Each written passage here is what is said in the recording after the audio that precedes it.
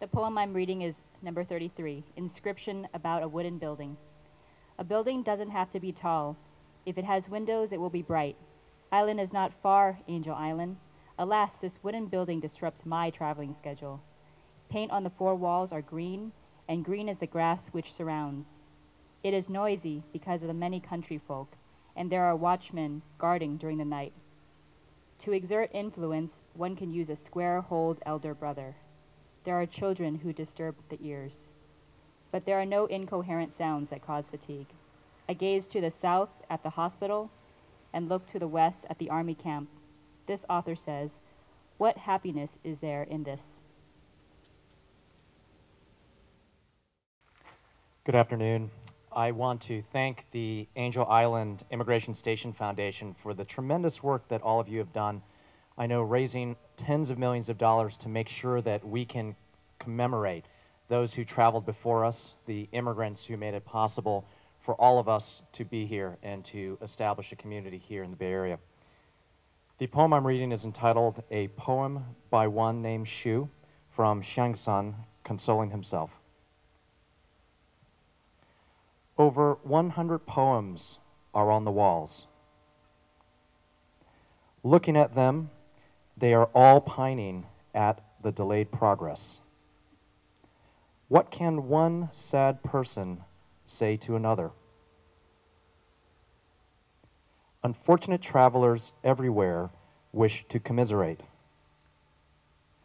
Gain or lose, how is one to know what is predestined? Rich or poor, who is to say it is not the will of heaven? Why should one complain if he is detained and imprisoned here? From ancient times, heroes often were the first ones to face adversity.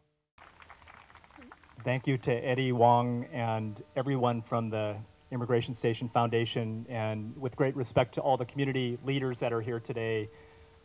I'm Eric Marr from the Board of Supervisors from San Francisco.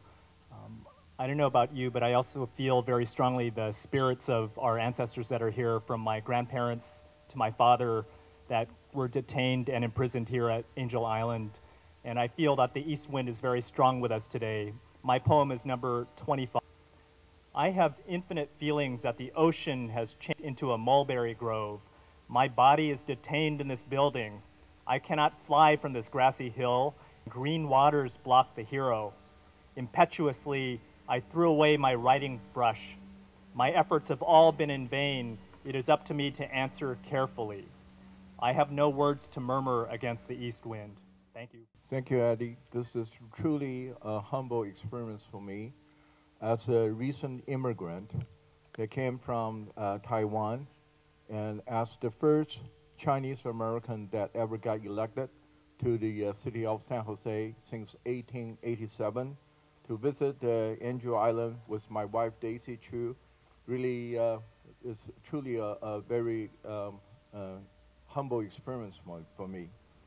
I have studied Chinese for 16 years in Taiwan, and I can memorize many of the ancient poems.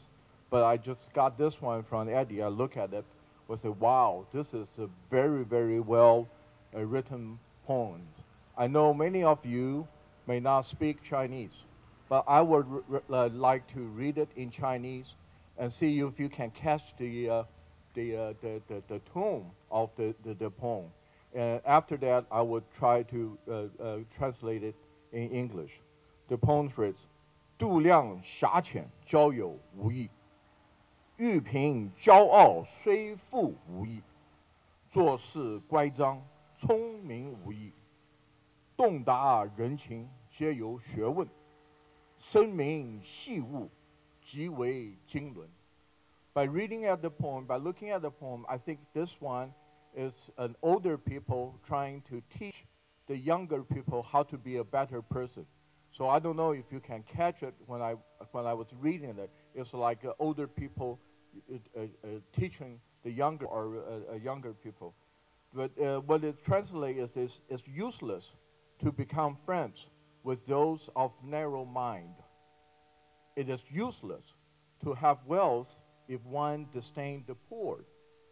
It is useless to show off one's cleverness in a daily affair.